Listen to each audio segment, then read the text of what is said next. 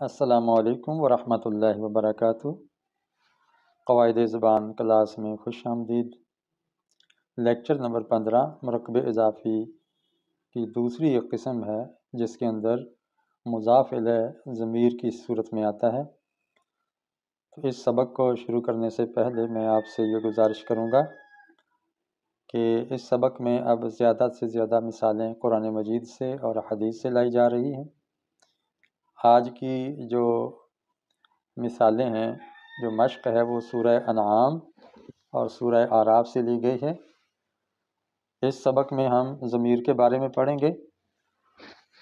آپ اگر اس لیکچر کو اور اس سیری پوری کو غور سے دیکھیں گے، سنیں گے، تو انشاءاللہ قرآن مجید کو براہ راست سمجھنے کے اہل ہو جائیں گے انشاءاللہ۔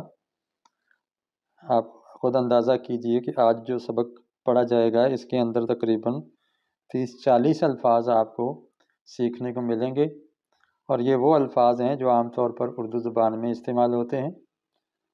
صرف عربی کے اندر ایک خاص ترتیب سے لکھے ہونے کی وجہ سے مشکل لگتے ہیں، یا خاص رسم الخط میں لکھے جانے کی وجہ سے، جو کہ عربی رسم الخط ہے۔ تو اس سے کہیں بھی خوفزدہ ہونے یا مرعوب ہونے کی ضرورت نہیں۔ اگر آپ اردو پڑھ لکھ اور بول سکتے ہیں تو عربی زبان اور قرآن اور حدیث کو بھی آسانی سے سمجھ پائیں گے انشاءاللہ۔ دیکھیے، قرآن کو ترجمے والے قرآن سے پڑھنا یہ بھی مفید ہے، لیکن اگر آپ عربی زبان کو خود سمجھتے ہیں تو براہ راست قرآن پاک کو اور حدیث شریف کو آپ اس طرح پڑھ کے سمجھیں گے جیسے آپ اردو کی کتاب سمجھ رہے ہیں، تو کتاب و سنت سے براہ راست فیض حاصل کرنے کا آپ کو موقع ملے گا۔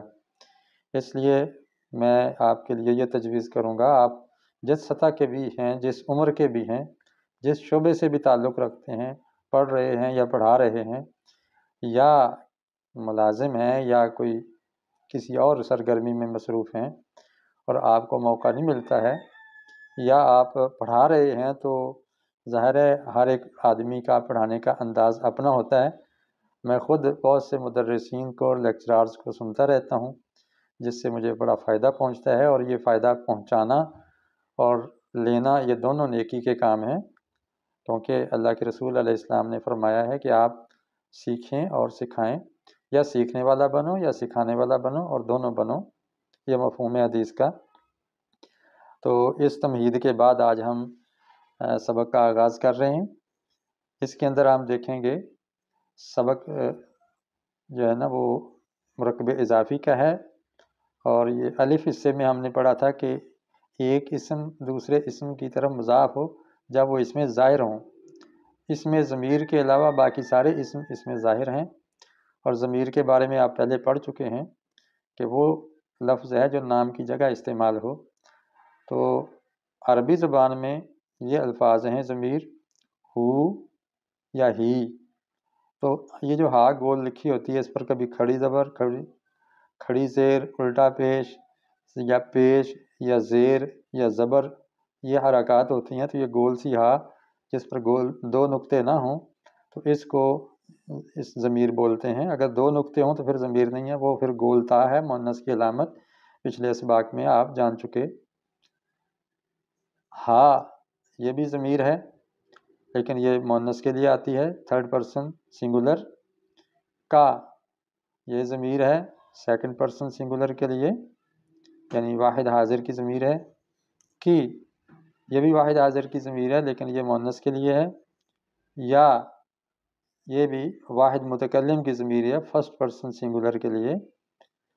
تو ہو کا معنی اس کا، ہا اس کا، لیکن یہ مؤنث، اس مؤنث کا تیرا، کی اس کا معنی بھی تیرا، یعنی تجھ مؤنث کا، یا کا معنی میرا۔ اب دیکھیں، میں نے عربی، اردو، انگلش، فارسی کی مثال بھی دے دی ہے، تاکہ جو فارسی دان لوگ ہیں وہ فارسی جاننے والے فارسی کی مدد سے اوپر کی 3 زبانوں کی گرامر جان لیں، کم از کم یہ بنیادی چیزیں، اور انگلش جاننے والے باقی 3 زبانوں کو جان لیں، اردو جاننے والے اسی طرح، عربی جاننے والے بھی اس لیکچر سے فائدہ اٹھا سکیں۔ ہو عربی میں، اردو میں اس کا، انگلش میں ہز، فارسی میں شین۔ اسی طرح ہا اس کا، ہر شین۔ تو آپ دیکھ رہے ہیں کہ انگلش میں مذکر کے لیے کچھ ہے اور مؤنث کے لیے کچھ اور ضمیر آئی، اسی طرح عربی کے اندر بھی، لیکن اردو میں اور فارسی میں مذکر اور مؤنث دونوں کے لیے اس ہی لفظ آیا ہے۔ یہاں شین ہے اور یہ اس کا ہے۔ کا معنی تیرا، انگلش میں یور اور فارسی میں تے۔ کی کا معنی تیرا، یور، تے۔ تو گویا یہاں پہ انگلش میں دونوں کے لیے مذکر مؤنث دونوں کے لیے ایک ہی آ رہا ہے، یور اور یور۔ اردو میں تیرا، تیرا، فارسی میں تے، تے، لیکن عربی میں جا کے زبر اور زیر کا فرق کر کے مذکر اور مؤنث کو الگ کر دیا۔ مذکر کے لیے کا، تیرا، اور مؤنث کے لیے کیا نہ ہو تیرا تو پھر کہیں گے کی۔ یا جو ہے یہ عربی کے اندر مذکر اور مؤنث دونوں کے لیے مشترک ہے، اردو میں بھی مشترک ہے، میرا، مائی، انگلش میں بھی مذکر اور مؤنث دونوں کے لیے مائی آتا ہے، میرا، اور فارسی میں بھی میم، میرا، مذکر اور مؤنث دونوں کے لیے۔ یہ ایسی ضمیر ہے کہ جو چاروں زبانوں میں مذکر کے لیے بھی آتی ہیں اور مؤنث کے لیے بھی۔ تو یہاں تو آپ نے ضمیروں کو جان لیا۔ یاد رکھیے کہ ابھی ہم ضمیریں واحد کی لے رہے ہیں، ابھی تک جتنے بھی سبق ہمارے گزرے ہیں وہ واحد کے بارے میں ہیں، جمع کو ابھی ہم نہیں لائے۔ انشاءاللہ ایک دو سبقوں کے بعد ہم جمع کا سبق بھی پڑھیں گے۔ تو اب اس کی مشق کر لیجئے، دیکھ لیجئے۔ صدرہ، اس کا سینہ، یعنی اس مذکر کا سینہ، صدرہ۔ وجہہ، اس کا چہرہ۔ تو ہم نے پچھلے سبق میں پڑھا تھا لیکچر نمبر 14 میں، جس کو میں نے غلطی سے لیکچر نمبر 13 کہہ دیا، تو وہ لیکچر نمبر 14 میں ہم نے پڑھا تھا کہ مرکب اضافی میں ترتیب الٹ جاتی ہے اردو کی نسبت۔ صدرہ، اس کا سینہ، وجہہ، اس کا چہرہ، باطنہ، اس کا باطن، اندرون یعنی انر سائڈ، یدہ، اس کا ہاتھ، ہز ہینڈ جیسے، عصاہ، اس کی لاٹھی، اخاہ، اس کا بھائی، اور کبھی آتا ہے اخیہ، اس کا بھائی۔ تو یہ زبر اور یہاں زیر کیوں آئی ہے انشاءاللہ یہ اگلے سبق میں آپ کو پڑھانے والا ہوں انشاءاللہ۔ امرأتہ، اس کی عورت یا اس کی بیوی، نفسہ، اس کا نفس یا اس کی جان، قومہ، اس کی قوم، قومہ، اس کی قوم، یہاں دیکھیں پیش، یہاں زیر، قوم اور قومی، تو یہ زیر کیوں آتی ہے انشاءاللہ اگلے سبق میں بتائیں گے۔ اہلہ، اس کا اہل، نباتہ، اس کی نبات یا پیداوار یا اگنے والی چیز، ثمرہ، اس کا پھل، ینعہ، اس کا پکنا، پھل جب پکے رپ ہو جائے اس کو عربی میں ینع کہتے ہیں، اس کا پکنا، ربہ، اس کا رب، رسالتہ، اس کی رسالت، اس کا پیغام، میسج۔ اب یہاں دیکھیے، اب ہا کی ضمیر دیکھیں، یہ جب مرکب اضافی میں یہ ضمیریں آتی ہیں مضاف الیہ بن کے تو یہ ساتھ جڑ جاتی ہیں لفظ کے، سوائے الف، رے، دال اور واو کے، تو اس میں بھی وہ متصل ہی کہلاتی ہیں، جڑی ہوئی ہی، جیسے دال کے بعد ہو۔ اب دال کے ساتھ ہے بالکل جسمانی طور پہ تو جڑ نہیں سکتی، البتہ مقام و مرتبے کے لحاظ سے یہ جڑی ہوئی ضمیر ہے۔ اس کے جڑی ہوئی ضمیر کو متصل ضمیر کہتے ہیں، اس لیے یہ متصل ہے یعنی جڑی ہوئی۔ حولہ، اس کا گرد، ارد گرد، جو دائیں بائیں آگے پیچھے جو چیز ہوتی ہے اس کو حول کہتے ہیں، اسی سے ماحول بنا ہے۔ بعدہا، اس کے بعد، زوجہ، اس کا خاوند۔ زوج ایسا لفظ ہے جو مذکر کے لیے بھی آتا ہے، مؤنث کے لیے بھی۔ زوج کا معنی بیوی بھی ہے، اصل معنی اس کا کپل، جوڑا، تو ظاہر ہے خاوند کے لیے جوڑا اس کی بیوی ہے اور بیوی کے لیے جوڑا اس کا خاوند ہے، اس لیے زوج کا لفظ، البتہ آگے ضمیر یا صیغے سے پتہ چلے گا کہ اس سے مراد خاوند ہے یا بیوی۔ یہاں آگے ضمیر مؤنث کی آ رہی ہے تو اب بیوی کی بھی اس کی بیوی تو نہیں ہو سکتا نا، اس مؤنث کی بیوی، مؤنث کی تو بیوی ہوتی نہیں ہے، مؤنث کا تو خامد ہوتا ہے، تو زوج کا معنی ہوگا خامد، اس مؤنث کا خامد۔ وقتہا اس کا وقت، علمہا اس کا علم، نسختہا اس کا نسخہ، نسختہا اس کا نسخہ، مرساہا اس کا ٹھہرنا۔ نسخہ لکھی ہوئی چیز کو نسخہ کہتے ہیں، یا طبیب جو دوا لکھ دیتے ہیں، ڈاکٹر جو دوا لکھ، اس کو بھی نسخہ کہتے ہیں کیونکہ لکھی ہوئی چیز ہوتی ہے نا۔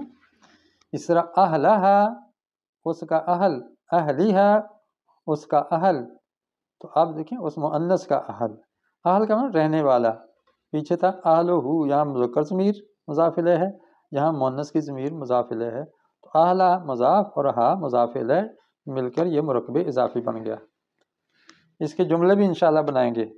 اب دیکھیے قبل کا، تیرا قبل یعنی تجھ سے پہلے، صدر کا تیرا سینہ، کا معنی تیرا ہم نے پڑھا تھا اوپر، تیرا سینہ، صراط کا تیرا راستہ، صراط بڑا عام لفظ ہے، اہدنا الصراط المستقیم آپ پڑھتے ہیں، ہمیں سیدھا راستہ دکھا، تو طریق بھی آتا ہے، صراط بھی آتا ہے، سبیل بھی اس کا معنی اس کے مترادف ہے۔ حسابی کا تیرا حساب، عصا کا تیرا عصا یا تیری لاٹھی، پنجابی میں اردو میں آسا کہتے ہیں، موسیٰ علیہ السلام نے آسا مارا، بس لفظ ہے عصا مارا، عصا کہنا چاہیے۔ رحمتی کا تیری رحمت، زوجو کا، اب دیکھو کا ضمیر مذکر کی آئی ہے، دیکھیں اوپر کاف کے اوپر زبر ہو تو وہ مذکر کے لیے ہوتی ہے، اور زیر ہو تو مؤنث کے لیے، تو یہاں دیکھیں زوج کا معنی کیا کریں گے ذرا بوجھیے، مذکر کا زوج کیا ہو سکتا ہے؟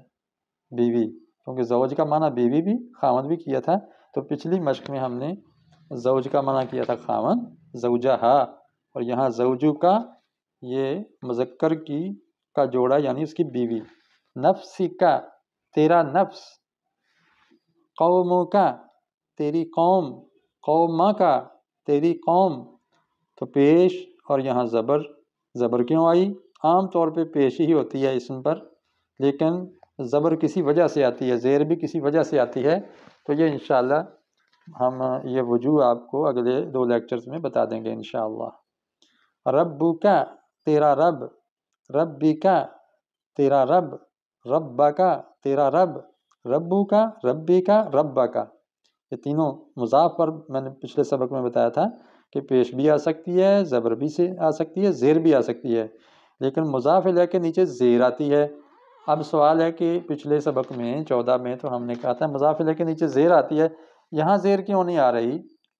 یہ کاج ہے تو اس کو قبل کی ہو جانا چاہیے تھا، تو اس کا جواب یہ ہے کہ جب مضاف الیہ ضمیر کی صورت میں آئے تو وہ اپنا اعراب نہیں بدلتی، شکل بدل جائے گی اس کی لیکن اعراب نہیں بدلے گا، اس لیے اس کو مبنی کہتے ہیں۔ مبنی ایسا اسم ہے جس کا آخری اعراب نہیں بدلتا، ایک ہی اپنی مرضی کا اس کا ہوتا ہے، پچھلا آنے والا کوئی بھی عامل، کوئی بھی لفظ اس کے اعراب کو تبدیل نہیں کر پاتا۔ کاف زیر کی مثال ان دونوں صورتوں میں نہ سورہ انعام میں آئی ہے اور نہ اعراف میں آئی ہے، مؤنث کی واحد کی ضمیر، اس لیے ہم اس کی مثال یہاں نہیں لا رہے۔ البتہ یا کی مثال آ رہی ہے، دیکھیں ربی، یا کا معنی میرا، رب کا معنی رب، ربی میرا رب، رحمتی میری رحمت، عذابی کریں ترجمہ، جی بالکل میرا عذاب، قیدی میری قید، ایک ہوتا ہے موٹے قاف سے قید، وہ قید ہوتا ہے کسی کو اریسٹ کر لینا، حبس کر لینا، پابند کر لینا، اس قید کا معنی ہوتا ہے چال، سازش۔